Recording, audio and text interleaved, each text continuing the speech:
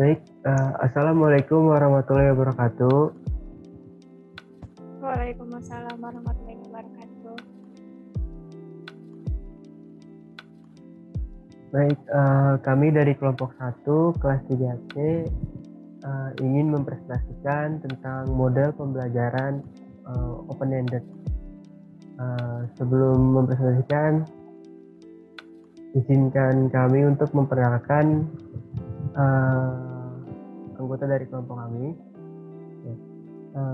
Pertama saya sendiri, yaitu Galih Prabaswara dengan NIM 22251900066. Lalu ada Dewi Noviawati dengan NIM 22251900026. Ada Erzi Rafanti 22251900027. Ada Maria Ulfah dengan NIM 22251900028. Dan ada Melia Putri Rahmawati dengan NIM 222519008. Baik, presentasi pertama akan dijelaskan. Kita masuk dulu ke kontennya dulu ya. Yang pertama ada model pembelajaran, yang kedua ada model pembelajaran open-ended, yang ketiga ada karakteristik model pembelajaran open-ended, yang keempat ada sejarah model pembelajaran open-ended, 5 tahapan model pembelajaran open-ended, 6 teori belajar yang mendukung model pembelajaran open-ended, 7 kelebihan dan kekurangan model pembelajaran open-ended, 8 ada hasil penelitian model pembelajaran open-ended. Baik, pertama akan dijelaskan oleh saya sendiri, Galih Prabaswara, mengenai tentang model pembelajaran. Baik, menurut Joyce dan Wells 1980 ya, mendefinisikan model pembelajaran sebagai kerangka konseptual yang digunakan sebagai pedoman dalam melakukan pembelajaran. Jadi model pembelajaran digunakan untuk mengorganisasikan pengalaman belajar, perangkat pembelajaran, dan sebagai pedoman bagi perancang pembelajaran serta para guru dalam merancang dan melaksanakan proses belajar mengajar. Jadi model pembelajaran ini adalah kerangka kerja ya yang memberikan gambaran sistematis untuk melaksanakan pembelajaran agar membantu belajar siswa mencapai tujuan pembelajaran gitu. Serta model pembelajaran ini sangat erat kaitannya dengan gaya belajar peserta didik dan gaya belajar guru.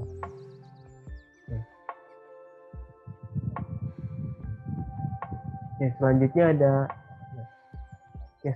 ada model pembelajaran itu memiliki 5 unsur dasar ya menurut Joyce dan Wells 1980, yaitu yang pertama ada sintaks, yaitu langkah-langkah operasional pembelajaran.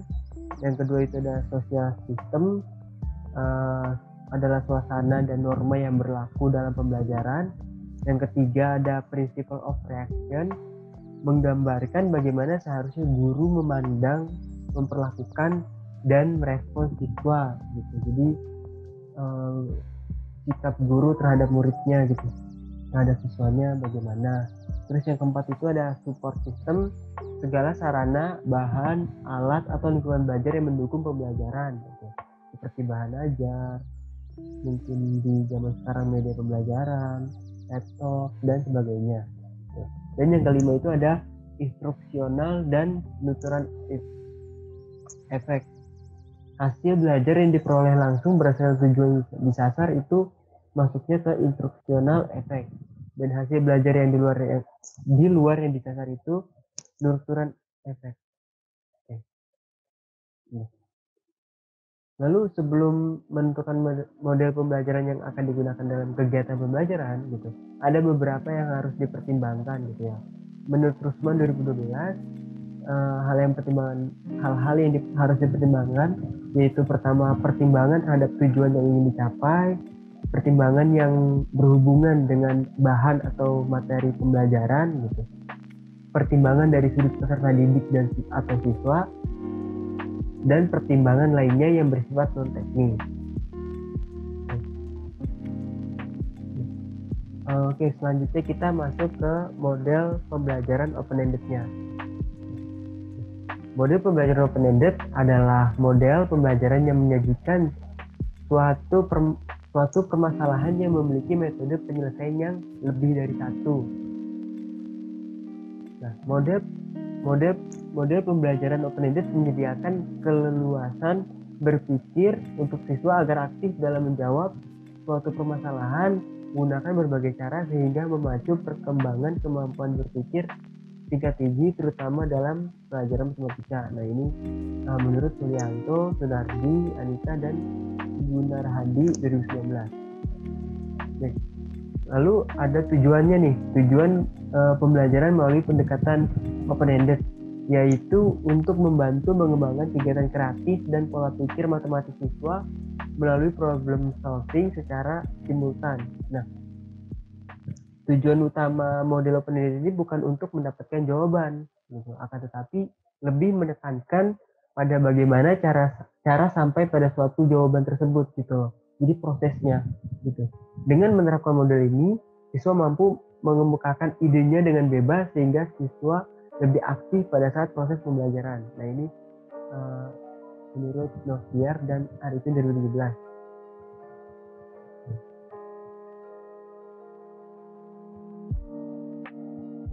Karena tadi kan karena tujuannya itu agar bebas ya, aktif. Jadi model pembelajaran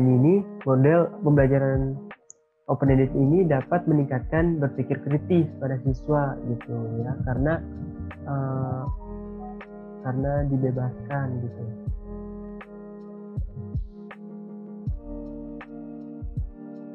Oke, selanjutnya akan dijelaskan oleh teman saya. Oke, selanjutnya ada karakteristik model pembelajaran open-ended. Menurut Mahmudi tahun 2008 nomor 3, mengklarifikasikan karakteristik model pembelajaran open-ended itu ada 3. Yang pertama, proses is open atau prosesnya terbuka. Maksudnya, tiap soal yang diberikan mempunyai banyak cara penyelesaian. Yang kedua, end product are open. Maksudnya, hasil akhirnya terbuka atau memiliki banyak jawaban yang benar. Yang ketiga, ways to development is open. Artinya, ketika siswa telah menyelesaikan masalahnya, mereka dapat mengembangkan masalah baru dengan mengubah kondisi dari masalah yang lainnya. Nah, sedangkan menurut Erman Suherman Deka dan kawan-kawan tahun 2003 nomor 124 mengemukakan bahwa dalam kegiatan matematika dan kegiatan siswa disebut terbuka jika memenuhi ketiga aspek berikut ini. Yang pertama, kegiatan siswa harus terbuka. Maksudnya itu, dalam kegiatan pembelajaran, guru harus memberikan kesempatan pada siswa untuk berdiskusi, bertanya, sehingga dalam kegiatan pembelajaran, siswa itu aktif. Yang kedua, kegiatan matematika merupakan ragam berpikir.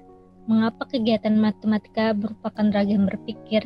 Karena kegiatan matematika adalah kegiatan yang di dalamnya terjadi proses pengabstraksian dari pengalaman nyata dalam kehidupan sehari-hari ke dalam dunia matematika ataupun sebaliknya. Yang ketiga ada kegiatan siswa dan kegiatan matematika merupakan satu kesatuan. Dalam pembelajaran matematika, guru diharapkan dapat mengangkat pemahaman dalam berpikir matematika sesuai dengan kemampuan individunya. Meskipun pada umumnya guru akan mempersiapkan dan melaksanakan pembelajaran sesuai dengan pengalaman dan pertimbangan masing-masing. Guru bisa membelajarkan siswa melalui kegiatan-kegiatan matematika tingkat tinggi yang sistematis. Pendekatan ini dapat terbuka terhadap kebutuhan siswa ataupun terhadap ide-ide matematika.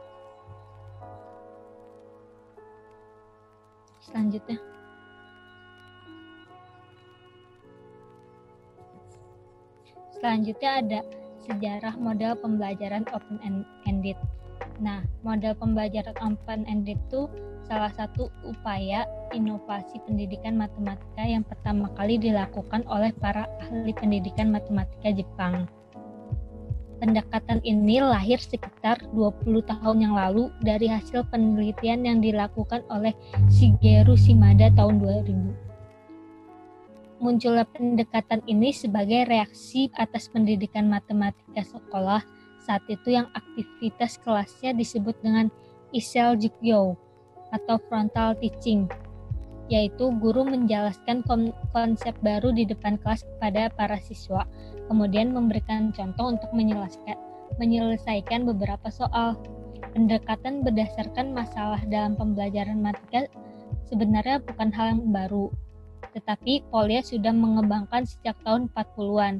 Namun, pendekatan ini mendapat perhatian luas tuh mulai tahun 80-an sampai sekarang. Next.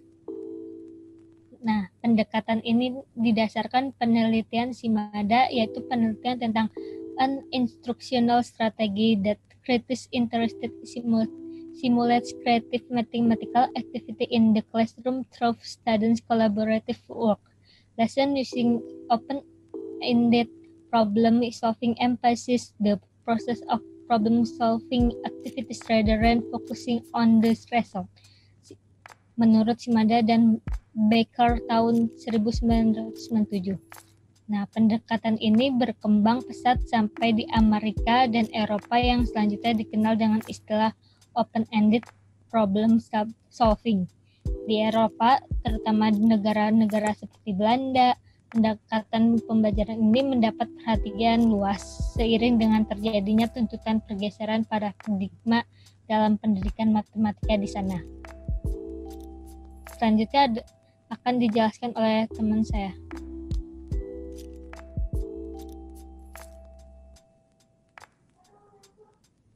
Selanjutnya, pembahasannya yaitu tahapan model pembelajaran open-ended. Nah, menurut Sohimin pada tahun 2014, tahapan pembelajaran open-ended terbagi menjadi 3. Yang pertama ada persiapan, yang kedua pelaksanaan, dan yang ketiga evaluasi. Nah, pada tahap persiapan, sebelum memulai proses belajar mengajar, guru harus membuat satuan rencana pelaksanaan pembelajaran atau RPP dan juga membuat pertanyaan open-ended problems. Nah, pertanyaan open-ended problems ini adalah pertanyaan yang dapat diselesaikan atau dijelaskan dengan berbagai cara dan fokusnya pada konsep dari matematika. Contoh pertanyaannya yaitu, apakah 12/18 senilai dengan 2/3? Mengapa hal itu bisa terjadi? Nah, jadi pertanyaan open-ended problems ini pertanyaan yang tertuju pada konsep dari matematika, bukan berorientasi pada jawabannya atau hasilnya. Nah, tahapan yang kedua itu ada pelaksanaan. Pelaksanaan ini terbagi lagi menjadi 3. Yang pertama ada pendahuluan, kegiatan inti, dan kegiatan akhir.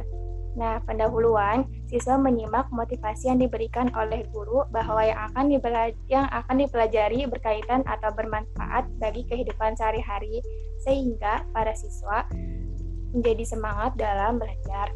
Nah, yang kedua, kegiatan inti. Kegiatan inti ini, siswa membentuk kelompok belajar, kemudian mendapatkan pertanyaan open-ended problems, lalu berdiskusi bersama kelompok mereka masing-masing, kemudian perwakilan setiap kelompok mengemukakan pendapatnya masing-masing, lalu siswa atau kelompok tersebut kemudian menganalisis jawaban-jawaban yang telah dikemukakan dan dianalisis lagi mana yang benar dan mana yang lebih efektif dari jawaban-jawaban tersebut. Nah, selanjutnya kegiatan akhir. Kegiatan akhir ini, siswa menyimpulkan apa yang telah terjadi, kemudian kesimpulan tersebut disempurnakan oleh guru. Yang ketiga itu ada evaluasi. Pada tahapan evaluasi, setelah berakhirnya kegiatan belajar mengajar, siswa mendapatkan tugas perorangan atau ulangan harian yang berisi pertanyaan open-ended problems yang merupakan evaluasi yang diberikan oleh guru. Next.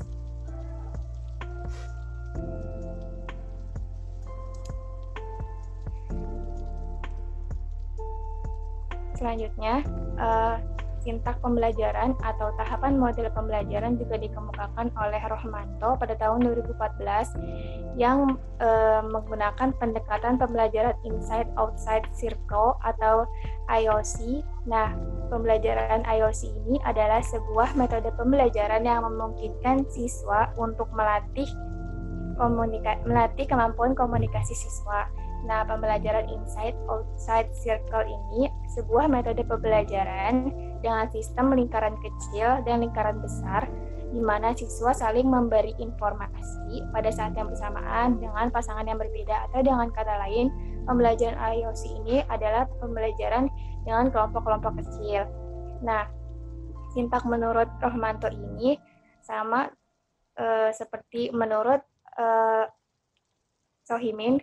Nah, sintaknya terdiri dari 3 tahapan. Yang pertama, orientasi.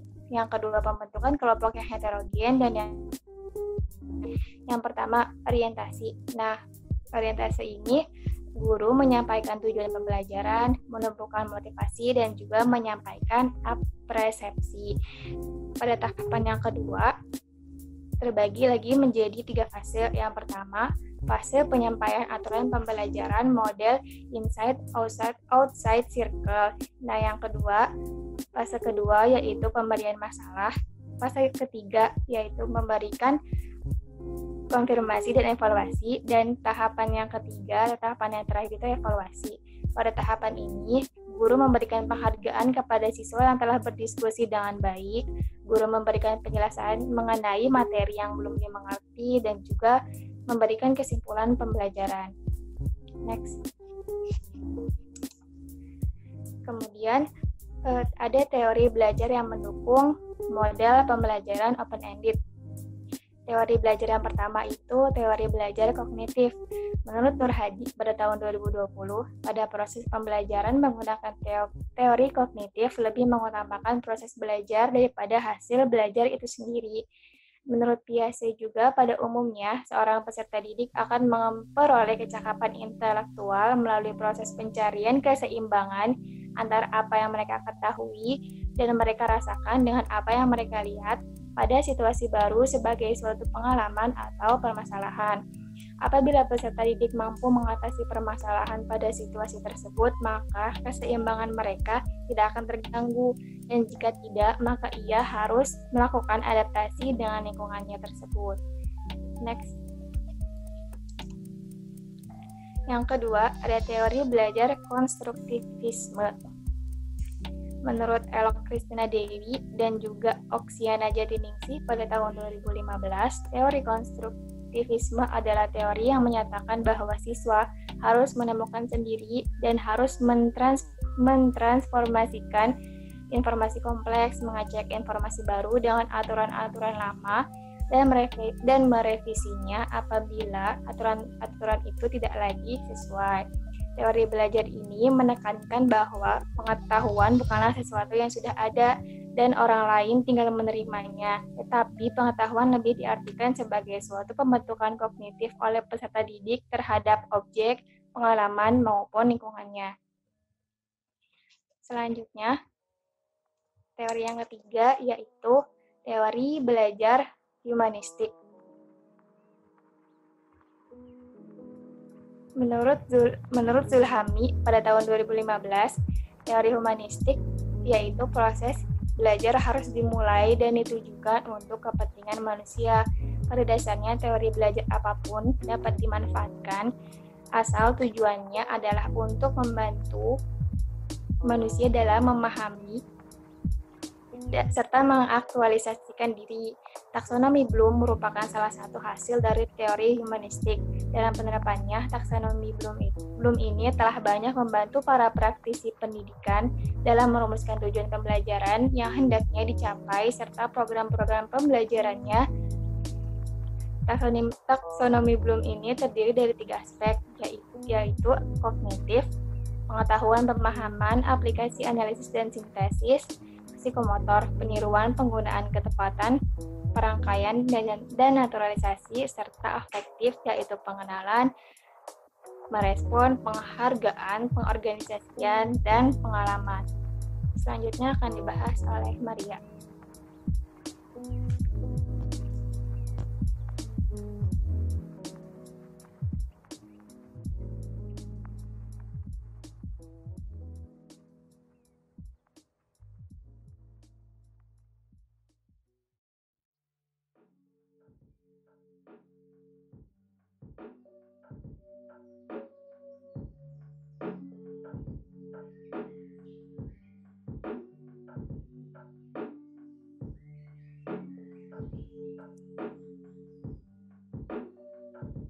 Selanjutnya adalah kelebihan dan kekurangan model pembelajaran open-ended.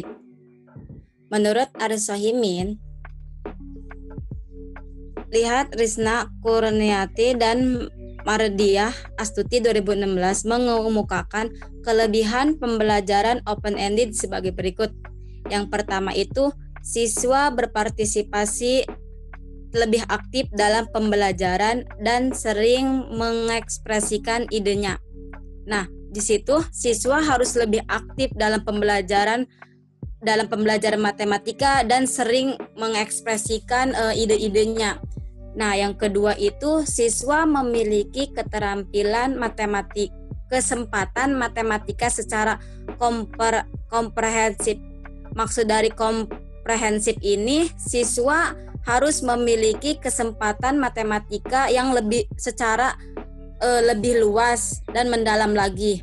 Nah, yang ketiga, siswa dengan keterampilan dan kemampuan matematika yang rendah dapat merespon permasalahan dengan cara mereka sendiri. Nah, yang keempat, secara intrinsik siswa dapat termotivasi untuk memberikan bukti atau penjelasannya. Nah, siswa ini harus termotivasi untuk memberikan bukti dari penjelasan materi tersebut. Nah, yang kelima, siswa memiliki pengalaman untuk menemukan sesuatu dalam menjawab permasalahan. Next.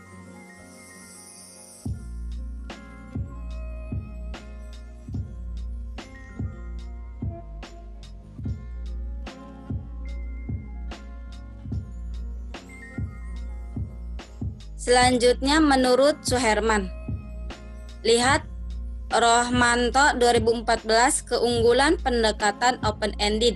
Di antaranya yang pertama itu siswa berpartisipasi lebih aktif dalam pembelajaran dan sering mengekspresikan ide. Nah, yang kedua, siswa memiliki kesempatan lebih banyak dan memanfaatkan pengetahuan dan keterampilan matematika secara komprehensif. Sama kayak Aris Sohimin. Nah, yang ketiga, siswa dengan kemampuan matematika rendah dapat merespon permasalahan dengan cara mereka sendiri. Yang keempat, siswa secara intrinsik termotivasi untuk memberikan bukti atau penjelasannya.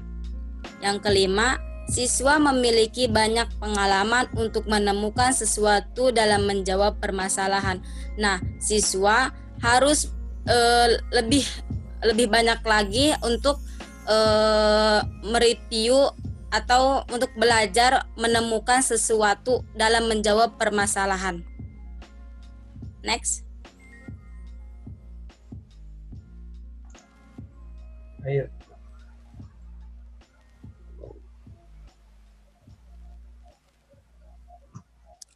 Nah, selanjutnya adalah kekurangan model pembelajaran open-ended.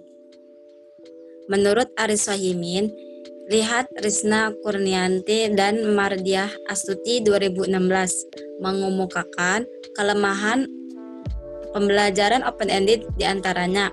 Yang pertama adalah membuat dan menyiapkan masalah matematika yang bermakna bagi siswa bukanlah pekerjaan yang mudah.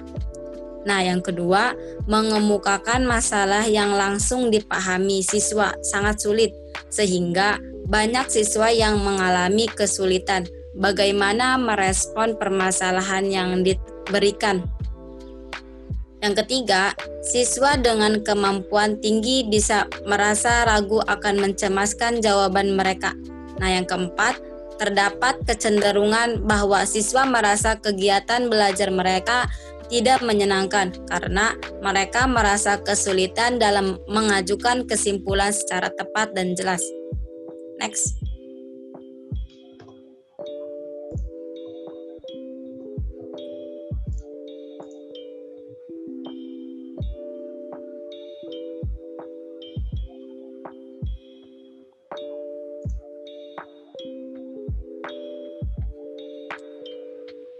Beberapa kelemahan dari penerapan pembelajaran dengan pendekatan open-ended menurut Suherman.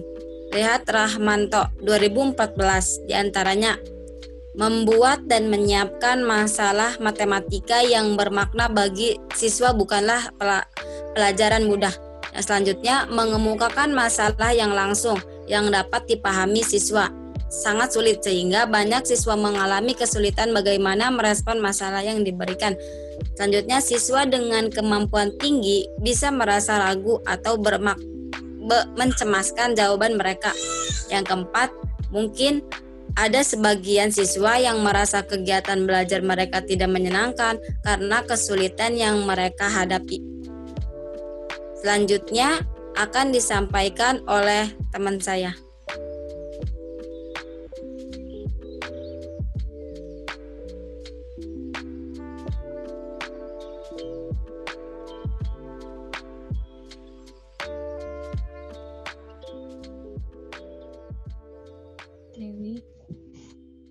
Selanjutnya, hasil penelitian model pembelajaran open-ended, yaitu hasil penelitian Wahyu Hidayat dan Ratna Sariningsih 2018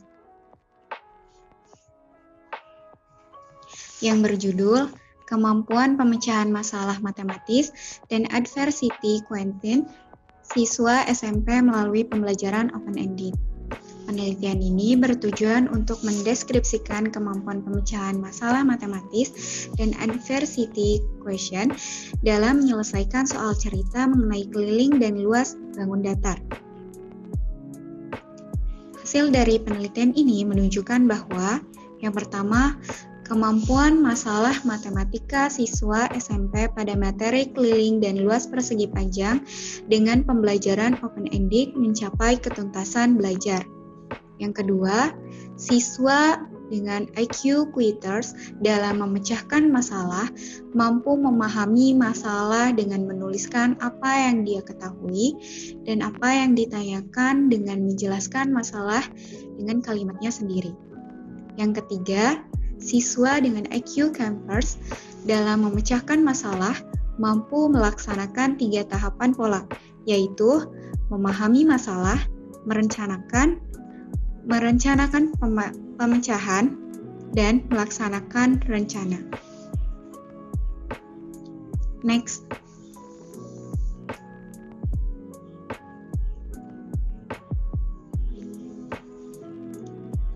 Hasil penelitian model pembelajaran oleh Jaunar Triwobo, Nur Karomah Dwiyati, dan Sugiman pada tahun 2017. Dengan hasil penelitian, yaitu siswa yang menggunakan model pembelajaran Trevinger dengan pendekatan open-ended telah mencapai ketuntasan belajar dengan skor Z hitung sama dengan 1,691 lebih dari Z table sama dengan 1,64 dan persentase sebesar 80%. Kemudian, model pembelajaran Trevinger dengan pendekatan open-ended dapat meningkatkan kemampuan berpikir kreatif matematis kelas 7 dengan indeks Gains sebesar 0,47 kriteria sedang. Dan yang kemudian, kemampuan berpikir kreatif matematis siswa dengan gaya belajar visual mencapai level 4, sangat kreatif. Dan yang terakhir kemudian, kemampuan berpikir kreatif matematis siswa dengan gaya belajar auditorial dan gaya belajar kinestetik mencapai level 3, yaitu kreatif. Next.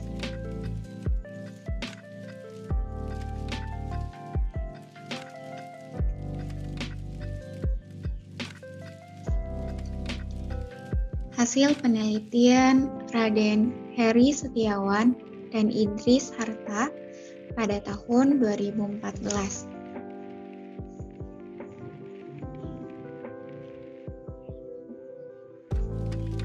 Dengan judul Pengaruh Pendekatan Open-Ended dan Pendekatan Konstekstual terhadap Kemampuan Pemecahan Masalah dan Sikap Siswa terhadap Matematika.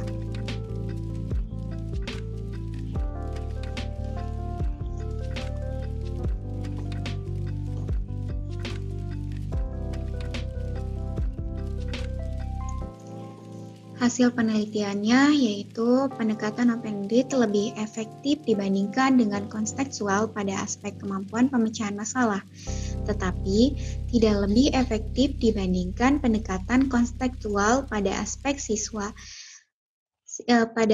sikap siswa terhadap matematika dengan skor T hitung sama dengan 2,43 lebih dari T 0,025,66 sama dengan 0,29. Jadi, dapat dikatakan bahwa pendekatan open-ended hanya akan efektif pada aspek kemampuan pemecahan masalah dibandingkan dengan aspek sikap siswa terhadap matematika. Next.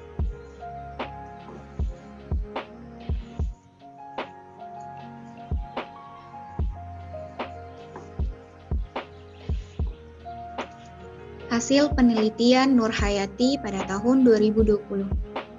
Hasil penelitiannya menunjukkan bahwa pembelajaran kolaboratif sangat disarankan untuk digunakan, karena tugas-tugas yang diberikan juga seharusnya menggunakan permasalahan open-ended dan secara intensif menggunakan berbagai macam pendekatan.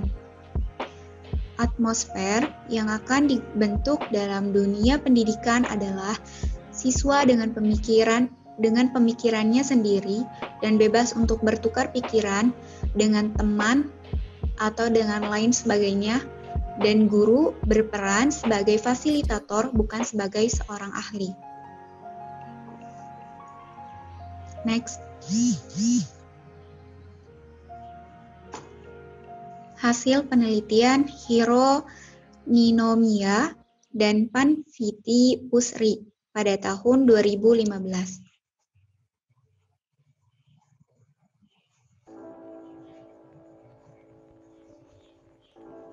Yang berjudul The Study of Open-Ended Approach in Mathematics Setting Using Jigsaw Method. Tujuan dari penelitian ini adalah untuk membuat rencana pembelajaran open-ended menggunakan metode jigsaw serta membandingkan antara hasil yang diharapkan dan hasil empiris di kelas eksperimen.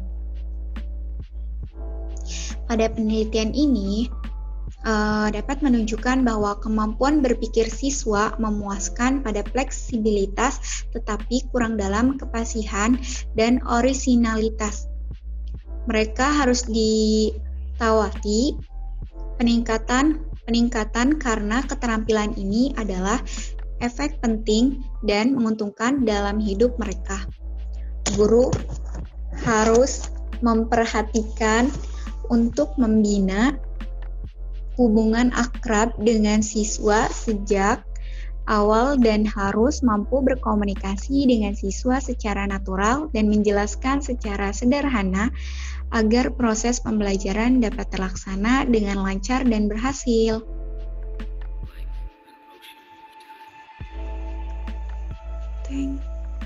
Thank you.